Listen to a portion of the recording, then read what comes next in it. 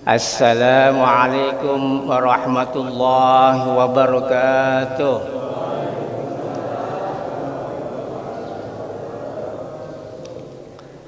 Alhamdulillahilladzi khalaqal insan fi ahsani taqwim wa hammala 'alaihil amanah fi ahsani tanzim. Ashhadu an la ilaha illallah syahadatan tunjina biha minad dunya ila yaumil 'azim. Wa ashhadu anna Muhammadal Mustafa Sayyidil Mursalin wa ala alihi wa ashabihi wa man tabi'ahum bi ihsanin ila yaumiddin. Faqad qala Allah Ta'ala fi kitabihil karim, a'udzu billahi minasy syaithanir rajim. Ya ayyuhalladzina amanu udkhulu fis silmi kaffah wa la tattabi'u khutuwatis syaitan innahu lakum aduwwum mubin.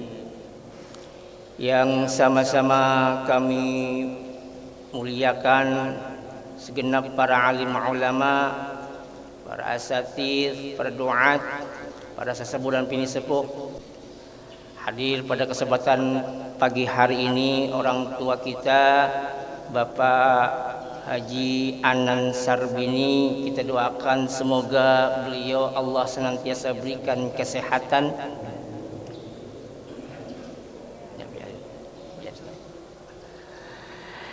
yang sama-sama kami muliakan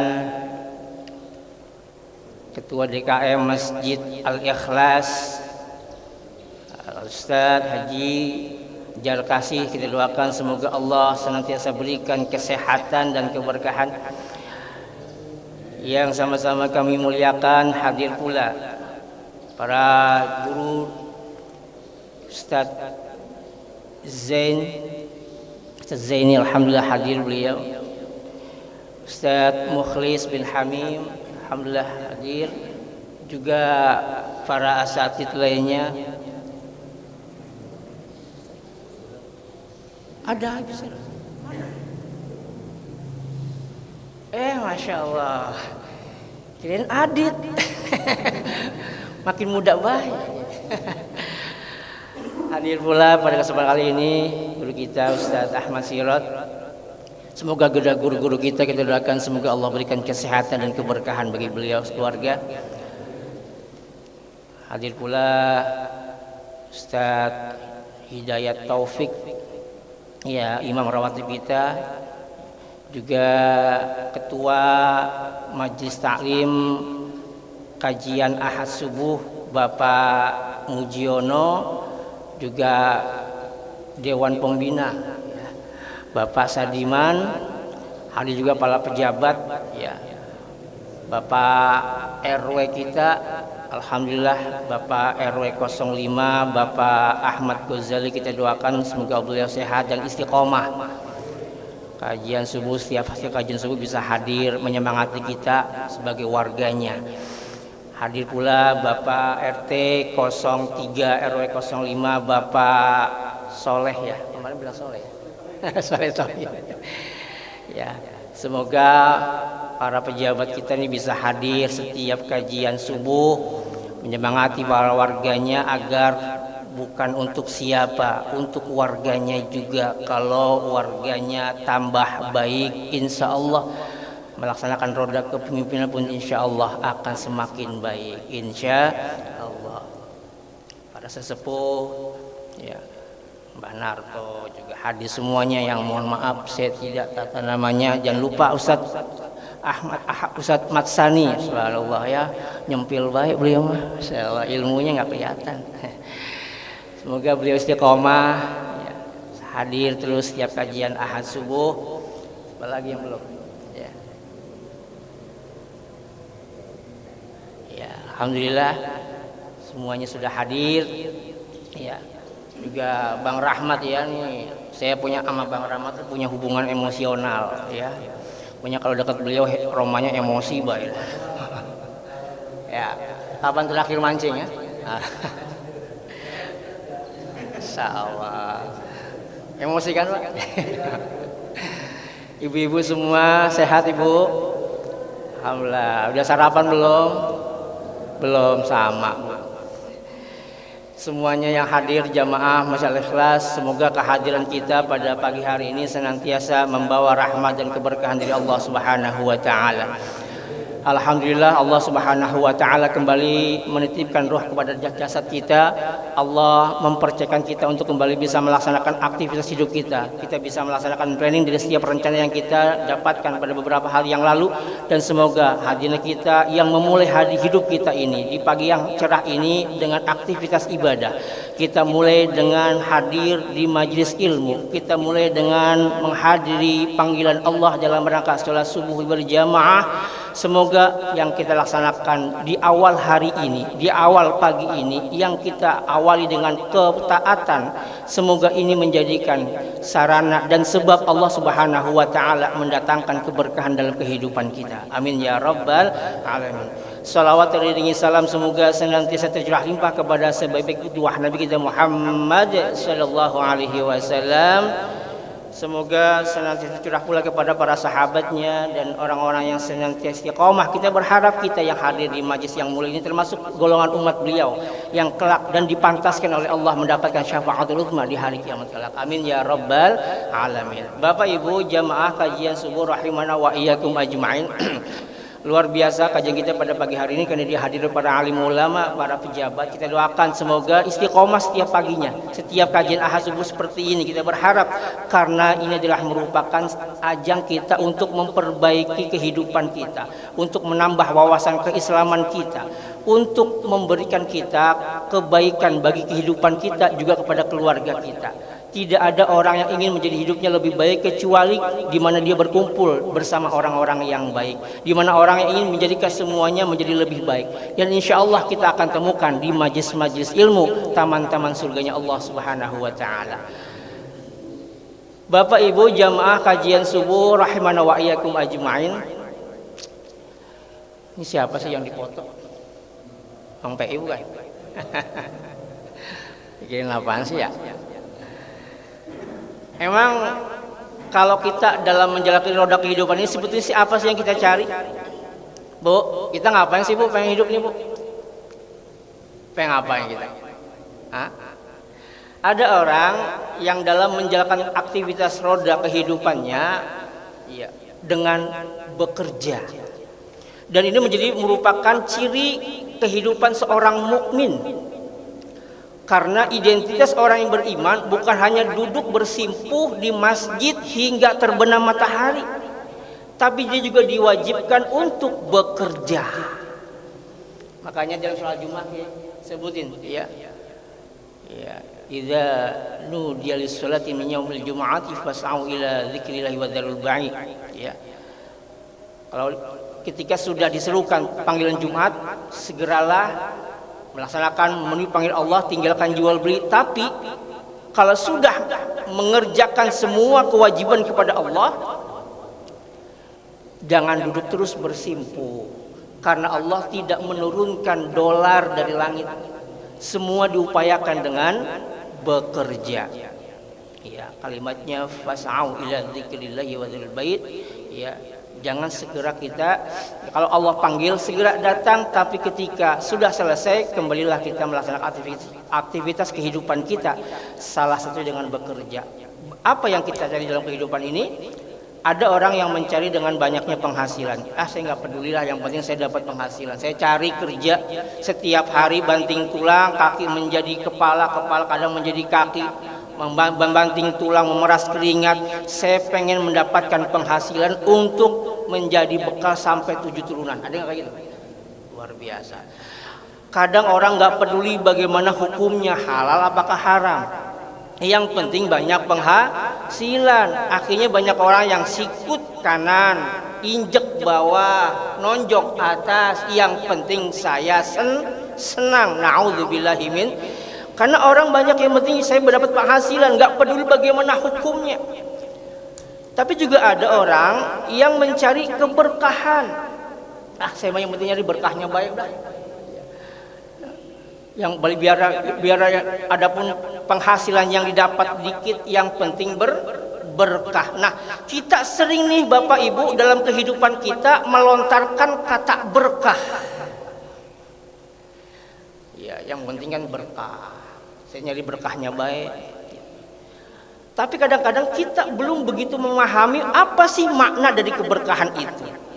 Kadang kita merasa hidup kita belum berkah padahal sudah berkah, atau sebaliknya kita merasa kita ini sudah berkah padahal belum berkah.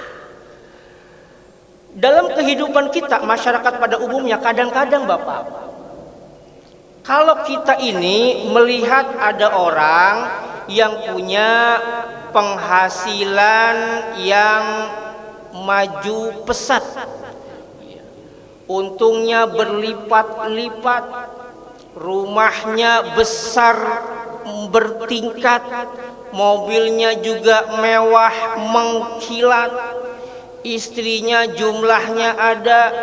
Lah coba itu.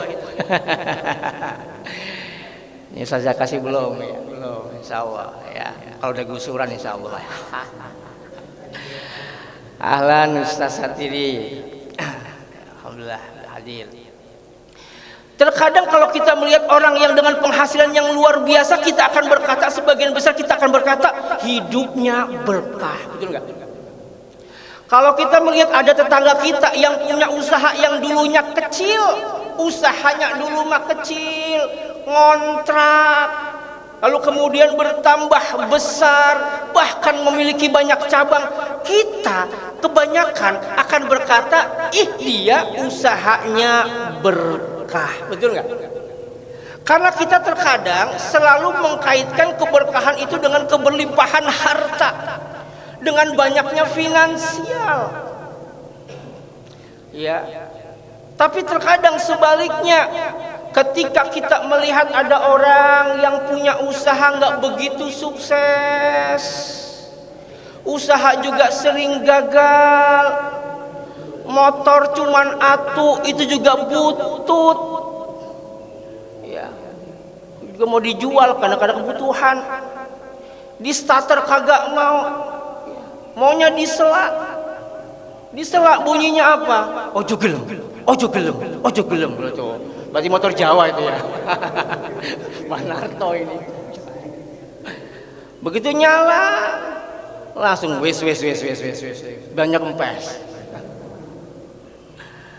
Kadang-kadang kalau kita melihat orang seperti itu, kadang masya Allah ya, rumahnya udah ngontrak, setiap tahun, setiap bulan nyanyinya lagu Mansur S. Apa lagunya? Rembulan bersinar lagi, habis bulan banyak yang nagih. Kontrakan, motor, anak sekolah, SPP, nomor 3 cacingan, nomor 4 ingusan, terakhir mencrot. Penghasilannya udah sedikit, ya, rumahnya juga sempit, usaha juga mau pailit, kemana-mana pakai sendal. Lah tahu banget ya. Terkadang kita langsung berkata, ini orang masa Allah hidupnya kurang berkah. Karena kita sering mengkaitkan bahwa keberkahan itu letaknya pada harta. Dan ini mungkin menjadi evaluasi kita bersama. Mungkin kita dulu sama Bapak Ibu mengkaitkan keberkahan itu letaknya pada harta. Padahal ini adalah merupakan sesuatu yang berbahaya. Kalau kita mengkaitkan keberkahan hanya pada harta, maka kita akan menghormati habis-habisan orang kaya dan meremehkan orang miskin. Karena kita mengkaitkan bahwa keberkahan itu dengan kekayaan yang dimiliki oleh orang kaya, dengan kebebasan finansialnya, dan kita beranggapan bahwa harta yang dimiliki oleh orang kaya adalah harta yang diberkahi oleh Allah. Ini kalau kita beranggapan bahwa keberkahan itu letaknya pada harta. Dan kalau kita beranggapan bahwa keberkahan itu letaknya pada harta, hadirin, maka yang terjadi adalah bisa jadi kita terus akan menjilat orang kaya. Dan bisa jadi kita beranggapan bahwa harta yang dimiliki oleh orang-orang non-muslim adalah harta yang berkah. Kalau kita mengkaitkan keberkahan pada harta. Kenapa? Karena dalam kenyataannya adalah orang-orang terkaya di dunia ditampuk oleh orang non-muslim. Ini bahasa halus. Kalau yang tegas, kafir. Tanggung banget. Siapa orang paling kaya di dunia? Majalah Forbes menulis paling kaya itu Bernard Arnault dengan kekayaan 223,3 miliar dolar Amerika. Kalau dirupiahkan tuh Kiai sekitar 3.324,4 triliun rupiah. Ya, Ustadz Masani itu kalau dibeliin gorengan banyak semana itu. Luar biasa. Nomor 2 baru Elon Musk. Elon Musk. Itu orang-orang kaya. Karena apa? Dalam kenyataannya harta yang dimiliki oleh mereka lebih banyak dari apa yang kita peroleh. Kalau kita mengkaitkan keberkahan pada harta, maka ini menjadikan pelajaran kepada kita bahwa ternyata keberkahan itu tidak terletak pada banyaknya harta. Ya, sebagaimana Allah Subhanahu wa taala firmankan, Allah sudah mewanti-wanti kepada kita dan kita insyaallah sudah pada hafal. Surat Al-Fajr ayat 15, 16, 17. Gimana bunyinya? Tinggal baca baik. Allah berfirman, a'udzubillahi minasyaitonir rajim, fa ammal insanu idza mabtalahu rabbuhu fa akramahu wa na'amahu fa yaqulu rabbi akraman. Manusia itu kalau Tuhannya mengujinya dengan memuliakannya dan memberikan kesenangan padanya, dia akan berkata begini, Tuhanku sedang memuliakan aku, guys. Tuh. Kenapa? Aku semua kemana-mana dimudahkan. Allah memuliakan aku, lancar baik, kemana-mana lancar, usaha juga makin maju. Maka dia akan berkata, Tuhanku sedang memuliakan aku. Tapi wa amma idza mabtalahu faqadara alaihi rizqahu fayaqulu rabbi ahana. Tapi ketika Tuhannya mengujinya dengan rezekinya dibatasin, udah segini baik dah. Iya. Dari jam 7 buka toko sampai jam 4 sore baru atuh pelaris. Dia akan berkata, Tuhanku sedang menghinakan aku. Kata Allah, kala orang ngono. Kata Banarto. Iya. Kata orang kampung benda ya. Enggak gitu juga kali. Enggak begitu. Kala tidak demikian. Karena Allah tidak menitipkan keberkahan hidupmu pada harta, sebagaimana Allah tidak menetapkan kemurkaannya juga melalui berkurangnya harta. Dari sini kita bisa memahami bahwa Allah tidak menitipkan keberkahan hidup kita pada banyaknya harta. Bapak Ibu hadirin jamaah kajian subuh rahimana wa iyyakum ajma'in. Sebelum kita memaknai dan memahami apa sih makna dari keberkahan yang sebenarnya, ada baiknya mari kita pahami dulu apa makna harta yang Allah berikan kepada manusia. Imam Ibnu Qayyim rahimahullahu ta'ala menjelaskan bahwa harta yang Allah berikan kepada manusia ini memiliki dua makna. Berapa bu? Berapa? 2 apa 3? Nggak ada suaranya. Bu, masih hidup. Kok nggak ada kehidupan? Ada berapa bu? 2. Imam Ibnu Qayyim kemudian menjelaskan bahwa harta yang Allah berikan kepada manusia itu memiliki dua makna. Yang pertama, harta yang Allah berikan kepada seorang hamba di mana Allah ridho padanya. Harta inilah yang Allah berikan kepada orang-orang salih, di mana harta yang Allah berikan, Allah titipkan kepada orang salih, dijadikan sebagai jembatan untuk meraih ketaatan kepada Allah. Harta yang Allah titipkan kepada orang-orang salih dijadikan sebagai support system untuk memperkuat dakwahnya, untuk menambah peribadatan kepada Robnya, sebagaimana Allah berikan kepada orang-orang Nabi Sulaiman. Ya. Sebagaimana harta yang Allah berikan juga kepada Utsman bin Affan, Umar bin Khattab, Abdurrahman bin Auf, dan saudagar-saudagar kaya lain. Ustadz Ahmad Sirot, coba, alhamdulillah, tambah. Dengan harta yang Allah titipkan, dijadikan sebagai support system untuk menambah ketaatan kita kepada Allah. Betapa banyak orang yang tersenyum karena berkurang penderitaan sebab kemurahan dan kebaikannya. Maka Nabi dalam hadis riwayat Imam Ahmad, Ya, beliau bersabda, berpesan kepada seorang sahabat bernama Amr bin As. Beliau berkata, ni'mal malus salih lil mar'i salih. Harta sebenarnya yang terbaik itu, harta yang terbaik itu adalah harta yang dimiliki oleh orang-orang salih. Di mana dengan harta yang dimilikinya betapa banyak masjid rumah Allah yang terbantu dengan kebaikannya. Betapa banyak orang yang tersenyum terhilang penderitaannya sebab kebaikannya.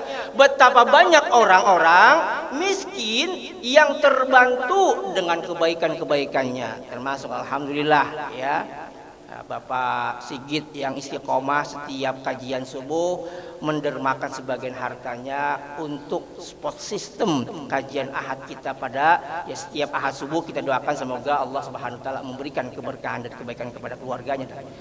Amin. Nah, ini harta yang Allah berikan kepada orang-orang salih.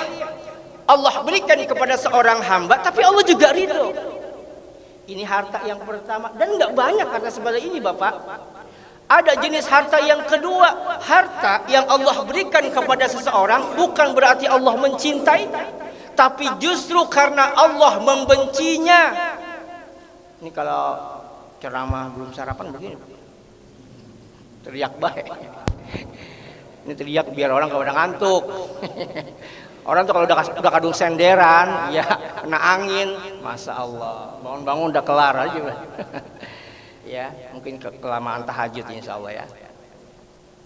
Ada jenis harta yang kedua, Bapak Ibu sekalian, bahwa harta yang Allah berikan kepada seorang hamba bukan karena Allah mencintai, tapi karena Allah justru membencinya. Karena terkadang ketika Allah itu menghukum seseorang tidak melulu dengan sesuatu yang menyakitkan. Dikasih musibah menyakitkan, kagak enak. Istri sakit, anak meninggal, kagak enak. Iya. Adik sepupu, adik ipar juga meninggal ya. Pak Sigit ya yang sedang berduka ya, semoga almarhumah Allah ampuni beliau ya. Mohon maaf belum sempat hadir. Insyaallah dengan doa insyaallah bisa menguatkan keluarganya. Ya. Ada harta yang kedua yang Allah berikan kepada seorang hamba karena Allah membencinya. Terkadang ketika Allah menghukum seorang tidak melulu dengan sesuatu yang tidak menyenangkan. Terkadang ketika orang itu sudah bengal banget, udah dikasih peringatan masih aja lalai, terkadang Allah berikan hukumnya itu justru memberikan kesenangan. Ustadz jangan sembarangan ngomong, benar Allah yang bilang. Surat apa? Allah berfirman dalam surat Al-An'am ayat 44. Allah firmankan di situ. Allah berfirman, "Falamma nasu ma dzukiru bihi fatahna 'alaihim abwaaba kulli syai' hatta idza farihu bima utu akhadnahum baghtatan fa idahum mublisun." Terkadang kalau ada orang yang sudah dikasih peringatan tapi dia masih lalai. Dikasih peringatan melalui lisan-lisan para dai, para duat, para ulama, para asatid. Sholat wajib dikerjakan 5 waktu, masih aja lalai. Ada nggak yang kayak gitu? Ada. Insya Allah jamaah ikhlas nggak ada yang kayak gitu. Amin. Ya, kalau yang kayak gitu mau jadi jamaah betul. Udah tahu wajibnya zakat, masih aja pelit. Sayang, siapa yang nyari? Saya yang capek-capek, saya yang bekerja, kenapa yang keluarin ke orang? Udah dikasih peringatan bahwa puasa di bulan Ramadan hukumnya wajib, masih aja yang berani ngebul di siang hari. Ada nggak? Iya, kaki-kaki gantung. Tahu kepala kemana itu? Ya, sudah dikasih peringatan masih lalai. Tapi apa hukuman Allah ya? Fatahna 'alaihim abwaaba kulli syai'. Justru Allah semakin buka semua pintu kesenangan. Dihukum tapi senang. Tuh, ini yang repot, Pak. Kalau dihukum kasih peringatan yang kagak enak, itu kita bisa kadang ingat gitu loh. Oh, ini kayaknya ada yang nggak beres nih, ada yang nggak tepat. Sehingga banyak orang yang mengintrospeksi dirinya, bermuhasabah. Apa sih salah saya? Oh, jangan-jangan ini nih. Ini yang bikin saya mungkin nggak seperti ini. Bisa mengintrospeksi, tapi terkadang ketika dia melakukan sebuah kesalahan, pelanggaran, tapi ternyata Allah berikan kesenangan, ini yang lebih bahaya. Hatta idza farihu bima utu, sehingga ketika dia sudah merasakan gembira terhadap apa yang ia dapatkan, akhadnahum baghtatan, kami siksa secara tiba-tiba. belum sempat dia bertobat, faidahum mublisun. Ketika itu dia terdiam berputus asa, melongo Pak, ya, melongo. Ya. Inilah yang kemudian disampaikan Nabi dalam hadis riwayat Imam Ahmad atau Broni disahihkan oleh para ulama.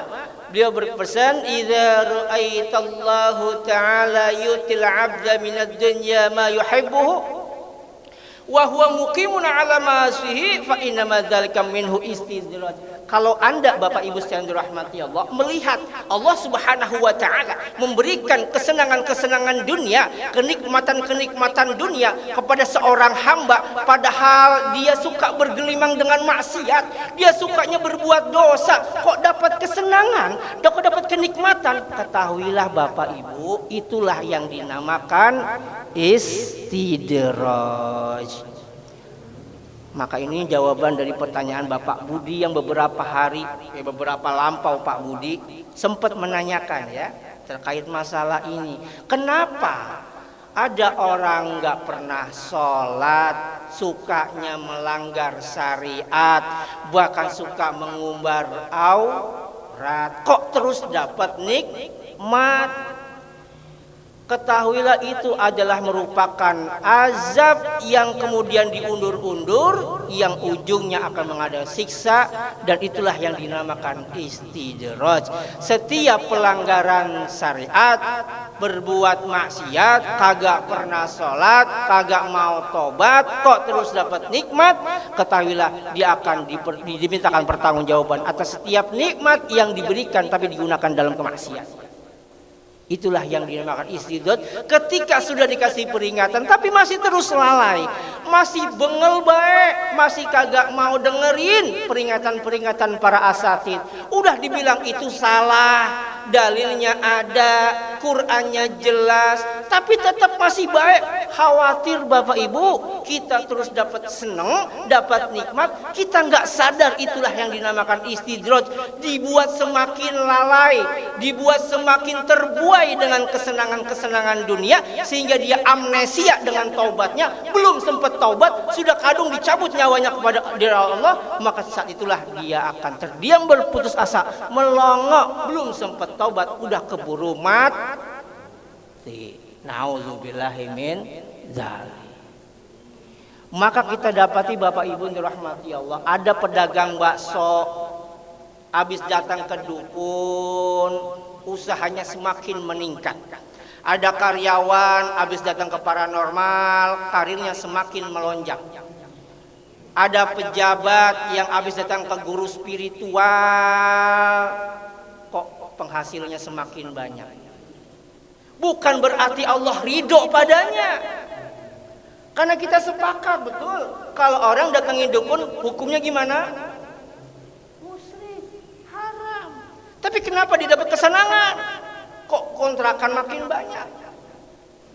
Ada orang wanita sukanya mengumbar aurat, keteknya kemana-mana, tapi makin laku. Senyumnya aja dikontrak. Mohon maaf, Ibu Sumi bolak-balik senyum kagak ada yang ngontrak. Cuman Pak Sadiman doang. Masya Allah, saya dari 2017 sampai 2023 baru tahu kalau ternyata Bu Sumi itu istrinya Pak Sadiman. Lah coba, saya pikir Bu Sumi itu tetangganya Pak Sadiman. Benar Pak? Iya. Saya sering lihat Bu Sumi itu di tetangganya, gitu, di depan rumah beliau. Oh, rumahnya beliau di situ. Saya nggak pernah tahu kalau beliau itu istrinya Pak Sadiman. Pas lihat di status FB-nya, kok mirip Bu Sumi, sampingnya Pak Sadiman. Nah, pas si Rara main ke rumah halal bihalal, saya tanya, emang Ibu Sumi punya saudara? Kok ada yang mirip? Emang itu ibu saya loh, Mas Allah. Kepo, kurang kepo saya ya. Iya. Kalau kita mendapati ada orang yang sudah berbuat pelanggaran syariat terus dapat nikmat, itulah yang dinamakan istidraj. Ada orang non muslim kafir, gak pernah bersujud kepada Allah, kok semakin kaya, itu Pak yang namanya istidraj.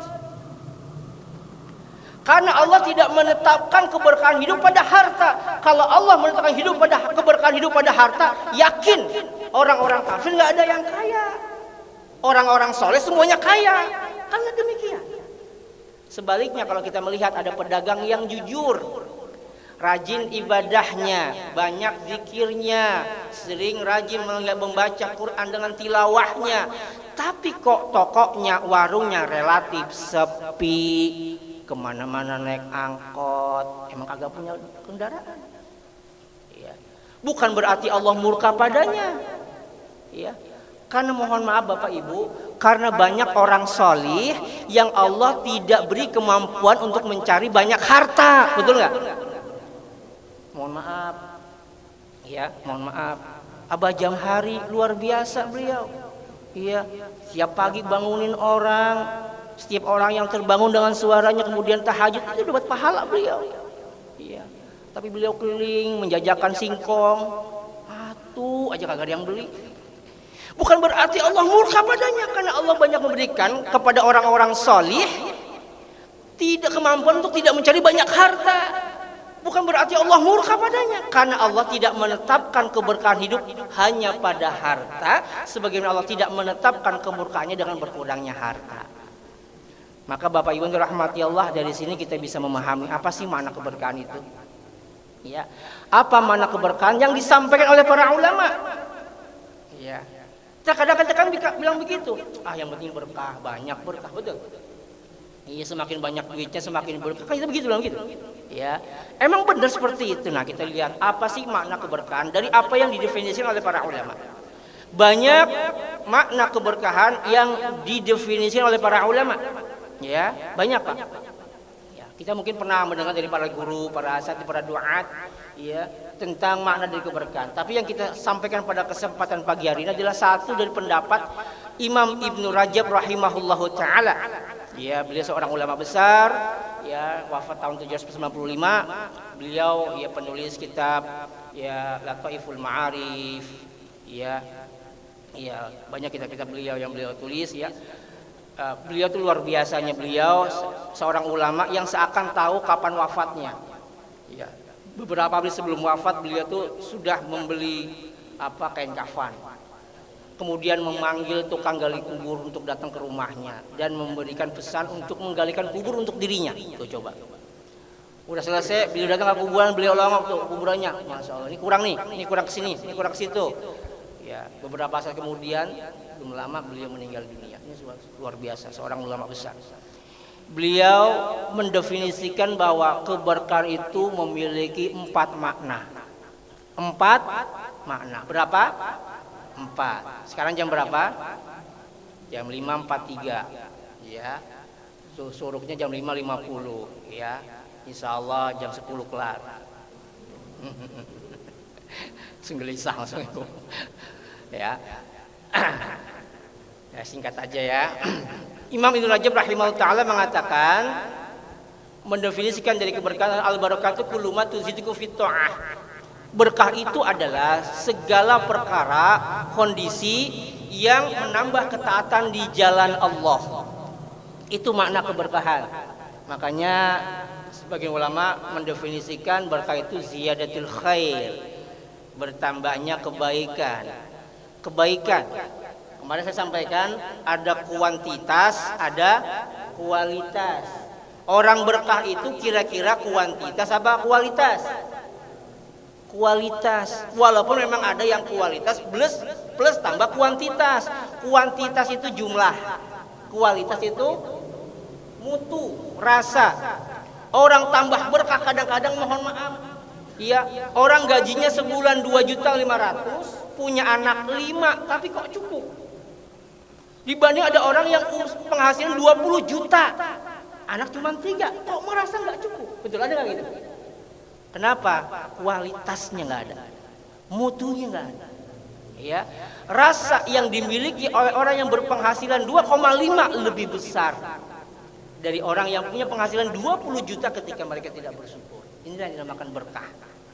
Nah, Imam Ibnu Rajab mendefinisikan bahwa keberkahan adalah setiap segala perkara, kondisi yang menambah ketaatan kepada Allah. Umum beliau, apapun itu. Orang bilang begini, sehat itu berkah, ya sakit itu nggak berkah. Belum tentu Bapak. Betapa banyak orang dengan kesehatannya Allah berikan, tapi kakinya tidak mampu melangkahkan datang ke rumah Allah ketika sholat berjamaah. Betapa banyak orang yang diberikan kesehatan, mulutnya bisa bicara tapi tidak mampu berzikir atas kalimat-kalimat Allah. Betapa banyak orang yang diberikan kesehatan tangannya tapi tidak mampu memberikan pertolongan kepada orang yang membutuhkan. Kalau kesehatannya tidak menambah ketaatan kepada Allah, kita khawatir jangan-jangan kesehatannya nggak berkah. Tapi sebaliknya, betapa banyak orang di rumah sakit, kagak bisa tidur, merasakan penderitaan dari penyakit yang dideritanya, tetapi rasa sakitnya membimbing lisannya untuk berzikir kepada Allah. Bukankah itu sakit yang mengandung berkah? Sebagaimana sakit yang Allah berikan kepada Nabi Ayub alaihi salam. Karena mustahil bagi Allah memberikan sesuatu kepada para nabinya kalau tidak ada mengandung keberkahan di dalamnya. 18 tahun guys, sakit Nabi Ayub. Lah kita setahun doang ngeluh baik. Kapan sembuhnya? Nabi Ayub. Ya, insyaallah kita akan bahas ya nanti pada kesempatan yang lain tentang makna dari syukur dan sabar. Insyaallah. Nah, kondisi yang menambah ketaatan kepada Allah dengan diberikan ujian sakit, dia semakin taat. Dikasih ujian sakit, menambah dekat kepada Rabb-nya. Berarti itu sakit yang mengandung keberkahan. Kenapa Ramadan dinamakan syahrun mubarak, bulan penuh keberkahan? Karena mungkin kita sepakat Bapak Ibu dirahmati Allah, siapapun dia, apapun identitasnya, asalkan dia seorang muslim, ketika masuk Ramadan dia akan menjadi pribadi yang semakin taat, semakin rajin mengerjakan sholat. Jangankan yang fardu, juga sholat sunat, jangankan yang 11, bahkan sampai 23 rakaat. Betul nggak? Kalau di luar Ramadan boro-boro yang 11, yang 2 rakaat sholat sunat terasa berat. Bulan penuh keberkahan. Bisa jadi ketika sebelum Ramadan dia adalah seorang preman, tetapi ketika masuk Ramadan dia merubah diri jadi orang beriman, bahkan sholat taraweh ngambil saf paling depan. Tuh, bulan penuh keberkahan, bulan di mana orang semakin menambah taat kepada Allah. Ya. Lalu pertanyaannya, apakah harta kita ini berkah? Apakah keluarga kita juga berkah? Apakah istri kita itu istri yang berkah? Apakah kendaraan kita adalah kendaraan yang berkah? Kita bisa bercermin dalam kaca besar kehidupan kita. Bagaimanakah aktivitas kehidupan kita, semua yang datang dalam kehidupan kita, apakah itu adalah sesuatu yang berkah atau justru sebaliknya? Kita bisa mengaca, kalau kehadiran keluarga kita, kehadiran kendaraan kita, kehadiran pekerjaan kita menambah kita lebih dekat lagi sama Allah, berarti sejatinya itulah sesuatu yang mengandung keberkahan. Ini makna berkah yang pertama. Ya, apakah indah itu berkah? Belum tentu. Tempat yang paling indah di Indonesia apa Pak? Yang disepakati oleh dunia, Bali, betul nggak? Katanya berkah, katanya indah, betul. Iya, katanya, saya sih belum pernah ke sono. Iya, ngapain ke sono? Bali katanya indah, iya. Hawaii juga katanya indah. Tapi kah indah itu identik dengan berkah? Belum tentu. Mekah Pak, mohon maaf, apa sih yang indah di sana? Cuma Masjidil Haram, Masjidil Nabawi doang. Selebihnya padang pasir. Apa yang indah sana? Ya, gersang Pak. Tapi kita semua sepakat bahwa satu jengkal tanah yang paling dicintai Allah adalah Mekah. Iya. Maka ini kita mengambil sebuah pelajaran kepada kita bahwa berkah itu tidak identik dengan indah. Kalau Allah ingin jadikan Mekah itu indah, bisa. Tapi tidak demikian. Ya udah bunyi. Jadi ini baru satu. Ya, baru satu. Bahwa berkah yang pertama adalah segala sesuatu perkara kondisi yang menambah ketaatan kepada Allah, itu yang namanya berkah. Kalau istri kita hadir dalam kehidupan kita, menambah ketaatan kepada Allah, selalu mengingatkan sholat, bah bangun bah, udah azan, buru-buru napa ke masjid, tuh nggak ada yang sholawatan, nggak ada yang zikiran, nggak ada yang imamin, ntar tuh Wan Haji Sarbini ya udah sepuh, buru-buru napa jadi imam, kan bacanya bagus tuh. Iya.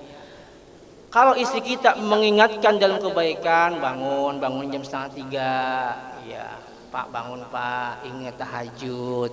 Ini waktunya kita sholat bermulai kepada Allah, waktu yang mustajab. Kalau anak kita hadir dalam kehidupan kita, menambah keberkahan, menambah taat kepada Allah. Kadang-kadang anak kita tuh lebih soleh dari orang tuanya. Ya, orang anaknya kedodang luar biasa, belum azan udah datang ke masjid, betul nggak? Tuh. Ya walaupun masih bocah-bocah, kadang-kadang yang masih belum tahu bagaimana rukunnya sholat yang benar, tapi merupakan sebuah langkah yang baik, awal yang baik untuk mereka mencintai rumah Allah. Ya, nah segala perkara kondisi yang menambah ketaatan kepada Allah, itulah definisi dari berkah. Kita bisa meraba diri kita, karena ilmu itu untuk mengintrospeksi diri kita sendiri, bukan untuk menilai orang lain. Banyak orang punya ilmu kadang-kadang suka menilai orang lain berdasarkan pelajaran kajian Ahad subuh hari Ahad, ya tanggal, ya sekarang nih tanggal berapa nih? 14 Mei, ya saya menilai kayaknya hidup Anda nggak berkah. Jadi ilmu itu untuk menilai diri kita sendiri, untuk mengintrospeksi, bermuhasabah sebagaimana sejauh mana dalam kehidupan kita, apakah hidup kita berkah. Kalau hidup kita kehadiran semuanya adalah menambah ketaatan kepada Allah, adanya kendaraan, semakin mudah datang ke pengajian, semakin mudah datang ke rumah-rumah Allah, keyakinan sungguhlah itu adalah merupakan sesuatu yang berkah. Namun sebaliknya, kalau semua itu dalam kehadiran kehidupan kita, pekerjaan, kendaraan, mungkin keluarga, tapi bukan menambah taat, tapi menambah pelanggaran syariat, kita berlindung kepada Allah jangan sampai itu jatuh yang namanya istidraj. Makin seneng sukanya maksiat, setiap malam dia suka bermaksiat kepada Allah, di tengah-tengah sepi orang-orang melihat dia adalah orang-orang yang soleh, tapi ternyata ketika bersendirian dia suka bermaksiat kepada Allah. Kok usaha makin lancar? Bukan berarti Allah ridho padanya. Jangan-jangan itulah yang dinamakan istidraj, azab yang diulur. Maka segeralah kita bermuhasabah, beristighfar, bertobat kepada Allah. Saya menyampaikan ini bukan berarti saya lebih baik dari yang menyampaikan.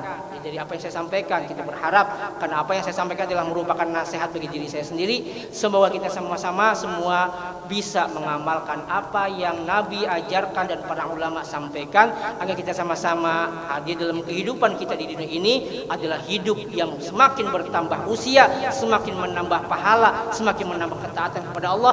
Sejatinya itulah hidup yang mendapatkan usia yang mengandung keberkahan. Demikian yang dapat Al-Fakir sampaikan. Kurang lebih Al-Fakir mohon dibukakan pintu maaf yang seikhlas-ikhlasnya. Kebenaran hanya milik Allah dan Rasulnya. Kesalahan dari kekurangan ilmu Al-Fakir, semoga Allah Subhanahu wa ta'ala mengampuni kita semua. Wa'alaikum minkum. Subhanakallahumma bihamdika asyhadu an la ilaha illa anta astaghfiruka wa atubu ilaik. Assalamualaikum warahmatullahi wabarakatuh.